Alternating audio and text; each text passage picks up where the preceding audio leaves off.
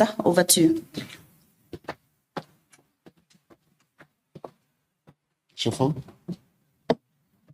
Yes. Oh, sorry. Okay. Good morning, all colleagues, members of the media, and fellow South Africans. Today we gather not only to give an update, but to honor the memory of those whose dignity was stolen through centuries of injustice. The Department of Sport, Arts and Culture, together with our partners in justice and defense, is proud to announce two major national initiatives. One, the reburial of Khoi and San ancestral human remains. Two, the second phase of the Exile Repatriation Project, something that the Government of National Unity has made a priority. His Excellency President Cyril Ramaphosa is very clear that we have to bring back our heroes. These are not just projects for us. They are acts of justice, remembrance, and healing. They affirm our government's commitment to restore dignity, promote cultural restoration, and confront the painful legacy of apartheid. These initiatives are about rehumanization. They are spiritual, but most importantly, they are necessary. The first one, which is the reburial of Khoi and San ancestral human remains. And while I'm here, I must welcome one of our leaders in the Khoi and San community and fraternity, Chief Petrus Falboy, who has been fighting this fight for recognition to bring back the remains. And it gives me great joy today that a fight that he has been gallantly fighting is coming to the end through victory of all the people that you see here today. So for generations, the remains of South Africa's first people, the Khoi, San, and other indigenous groups were stolen from their graves. These ancestors were treated like objects and as objects. They were displayed in museums, studied in labs, and held in foreign institutions without consent or respect. We are correcting those injustices now. Key actions that we will be taking as the Government of National Unity, that we will have the reburial of 58 ancestral remains originating from the Northern Cape. Hence, I have my colleague, MEC Matika here. This is being done in full consultation with the communities concerned.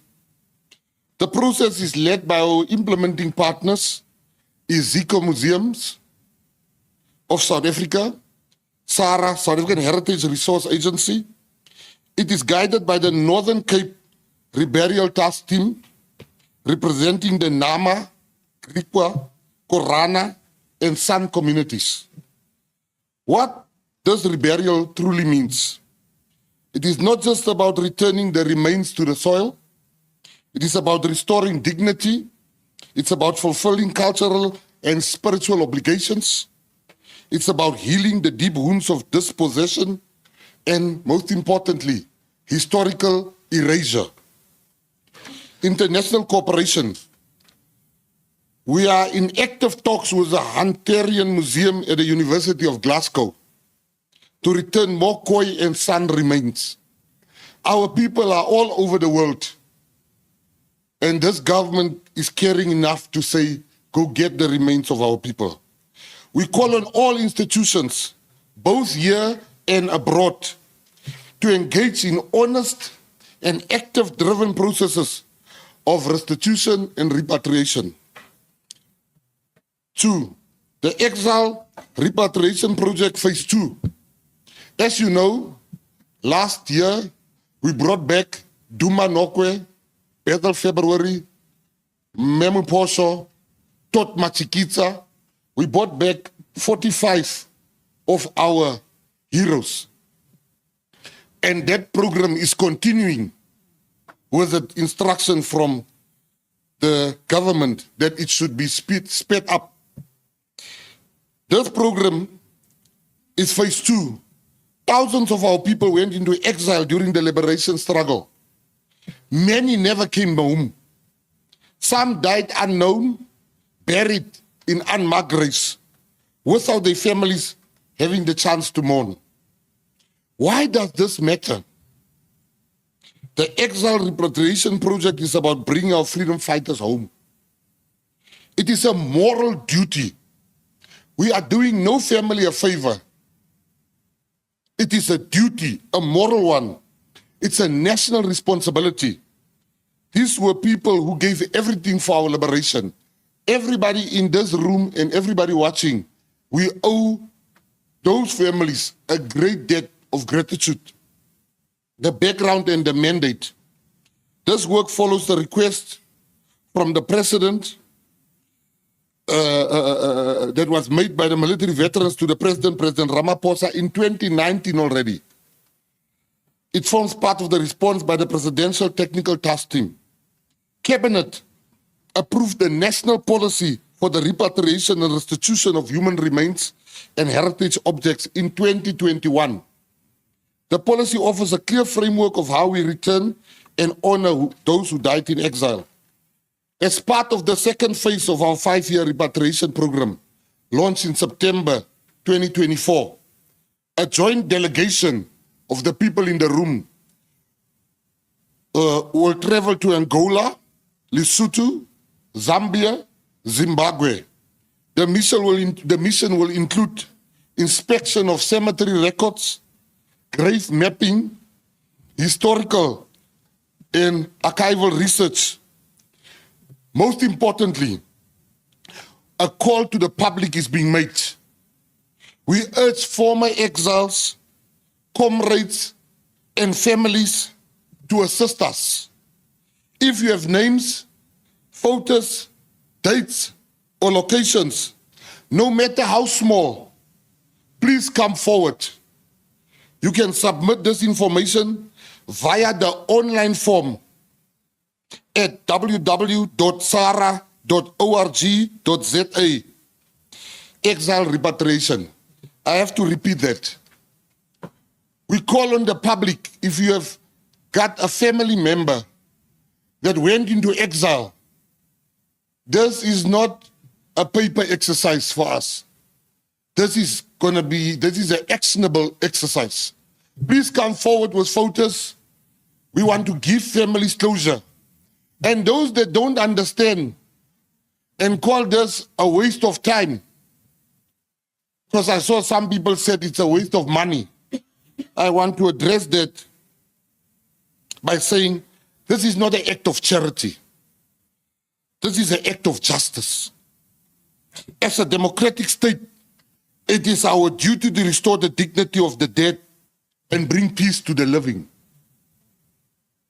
Let us walk this path of remembrance and nation building. So I want to answer a question that I know will come. How much will this cost? We don't know yet, but it can't cost enough. It can't cost enough because people gave their lives. You can't put a cost to a life. And to those out here that says, let us forget, let's move on. Why do we need to waste money? I have a question for you.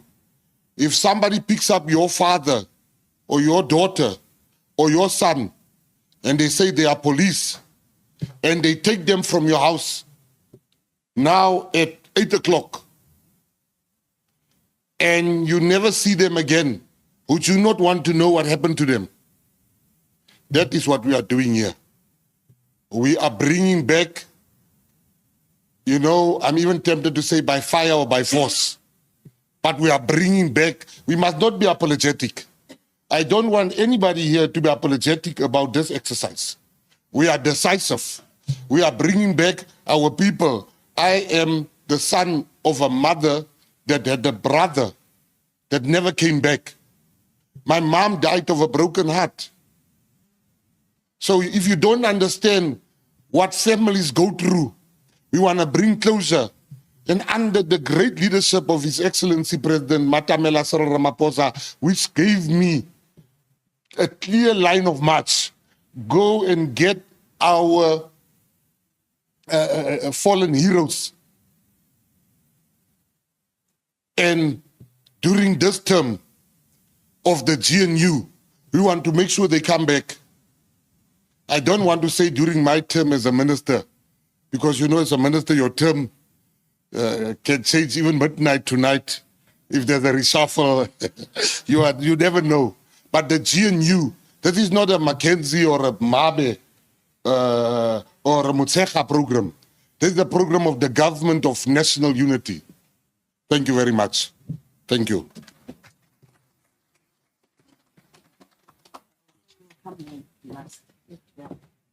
Thank you very much, Minister. I will now open the floor for questions and answers. Please introduce yourselves and the media house that you are representing. Can I also be advised if are there any media houses online?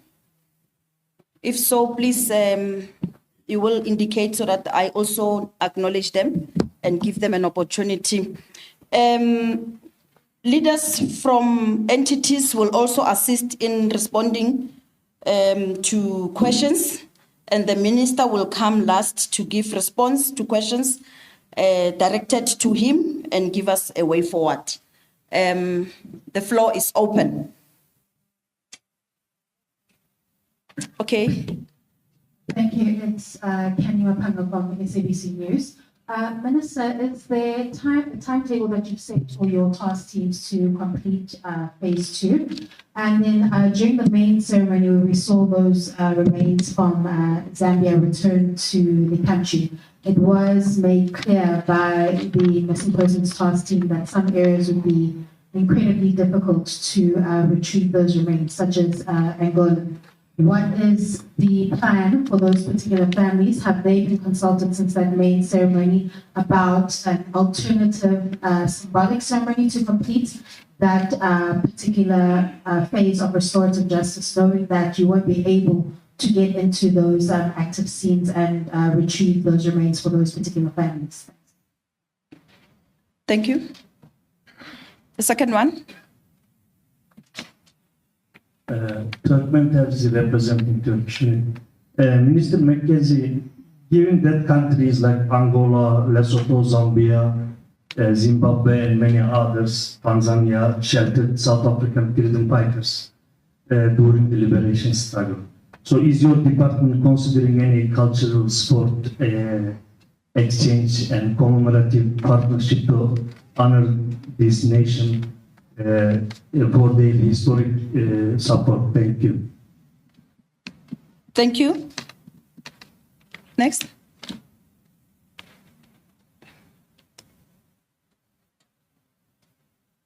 Okay. All right. I want to invite Ntaten Dima. Ntaten Dima. Director Ndima, please come forward. Just to come give us a quick background on timeframes and other logistics involved in undertaking the second phase. And maybe we allow for further questions and invite the minister to come and give us a way forward. Thank you very much, Deputy Minister. Just to say that the reason why the minister is making this announcement is to reach out to the families out there to start cooperating with us as we look for this information.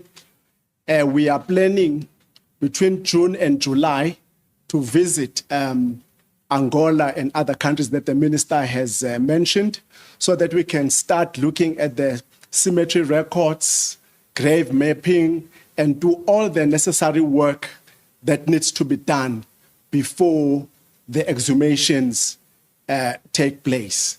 I know that there is an issue around Angola and the difficulty in terms of going to some of the grave sites there. Our approach that we have agreed upon is moving from the simple to the complex. We'll start in areas that are easily accessible, whilst research on the background is happening on the more complex areas. You would know that some of the grave sites in Angola are still mined, so we still need to work with all the authorities in Angola to also look at demining and all those complex processes. But we should be able to, within this financial year, bring some of the remains. It would be work in progress because of the complexity of the terrain. Thank you very much. Thank you. We'll open for further questions. Okay. I see hands at the back. Online. Okay. These are questions from the online platform. Shannon Merritt from Kasi, BC, Africa. Mzansi Golden Economy should start on the 1st of July as 2025 as per the advertising for funding. Number one, how many people applied for funding? Question number two, how many people got approval for funding? The last question, how many people received the money on or before the 1st of July 2025 to start the Mzansi Golden Economy programs in townships? These are all questions directed to the Minister. Thank you. That's all we have for now. Right. The second one? The second question is how many people got approval for funding? Oh, okay, it's fine. I thought they said there were 3 questions. Yes, these are all 3 questions from Okay. one journalist. All right. And we're not discussing Mzansi Golden Economy today. I thought we'll be very sensitive and respect the subject matter, but it's entirely up to the Minister if he would want to respond to that. Mzansi Golden Economy, it's another program within the department, and if members of the media have interest on this matter, we can reconvene like this and give you a detailed report on Mzansi Golden Economy. Can we proceed? Are there any other questions?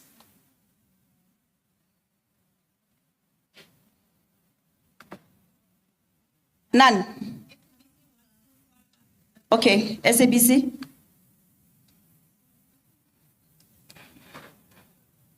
Sorry, Minister, I also wanted to check. I see that the plan is to still go and consult in those various areas where there are remains, but we know that the NPA has a team, a missing persons task team that is dedicated for years towards this cause. Have you consulted with that task team led by Madeline Fullard? And what information do you have from that task team before embarking on these various missions without consulting yet with the APA as to what cases that they actually still have pending that they're still looking for as we speak today?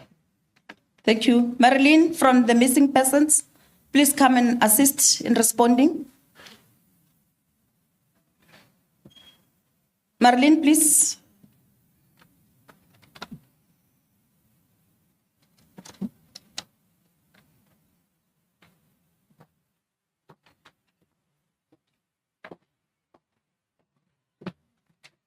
Good morning. Yes, the Missing Persons Task Team and the NPA, the National Prosecuting Authority, is a core part of the technical team working on this project. We delegate tasks. We all have areas of expertise, some in research, some in planning the forensic work and the recovery. For example, in Angola, we have worked on compiling a database of 400 names, and we work together with that with Sarah, and we jointly discuss the practicalities of planning the first, what we call phase 2, which is grave mapping, that is going to take place in Angola shortly. And we are beginning the process of consulting with families. We have made contact with about a quarter of the families whose loved ones are believed to have died in Angola. So the program is well advanced, and we are one technical team working together. Thank you. Thank you very much, Marlies. I will now take this opportunity and, of course, invite the Minister to come respond to questions directed to him and give us a way forward. And hopefully, after the Minister has spoken, we will then call it off. Thanks, Minister. Thank you very much. Let me start with a bad one. The journalist that asked about Mzansi golden economy is very lost. There's a time for that. You must read and understand what is the topic. The topic today is a very sensitive matter. It got nothing to do with what he asked. SABC asked a very good question regarding the issue of time frames. We have been instructed by the president to make sure that when our term, the term of the GNU ends, to make sure that we have brought back and brought closure to the families. So for us, it's a race against the clock. We leave no stone unturned. You also further ask that we go back to the families. We've never left the families for a better explanation. We are constantly speaking to them, getting information. Hence today, we're asking for much more information. Then the families are being kept up to date of what is happening. We also have something called spiritual repatriation, where the families go to the graves or the site where death has happened, and at times they spiritually repatriate the remains of their family members. In Angola, as you've heard, to show you how serious we are, in Angola, we had a place that we couldn't access, places we couldn't access due to landmines. We are now speaking to a company in Australia that has that technology. So we are even willing to go to the extent of going through landmines to retrieve and bring closure to our people. That's how serious we are. Lastly, the question that was asked about the cultural exchange with Zimbabwe, Angola, and those countries that has hosted and cared for our leaders. Our cultural exchange with those countries is not dependent on them having hosted our leaders. We are from, the DM is just from Zimbabwe a week ago, I think, for a program we're working together on. I am going to Angola with the president to go and open a house that used to house our leaders there and turn it into a house for abused women. So our relationship with the countries is sacrosanct. We have a bond with those countries, and it's a bond that we intend to strengthen. Thank you very much. I don't know, is there any other question I left out? Oh, and the last one about Madeline and the missing persons task team. The missing persons task team. We don't do this as a department alone. The Department of Justice is part of this.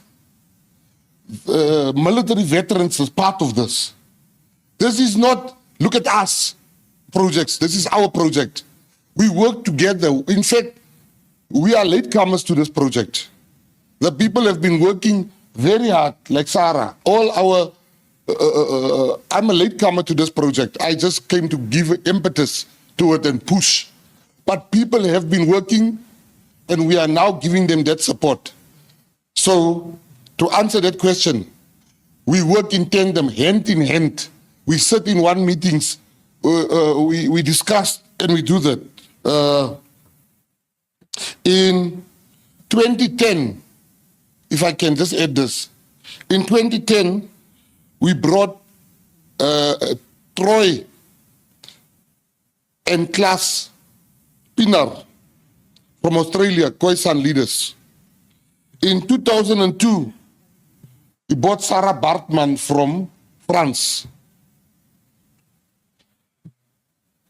And the president felt that we should prioritize all races, because in death we are all the same. Thank you very much. Is there any other question while I'm standing here? Oh, the last one. I want to thank the media for coming. Thank you very much.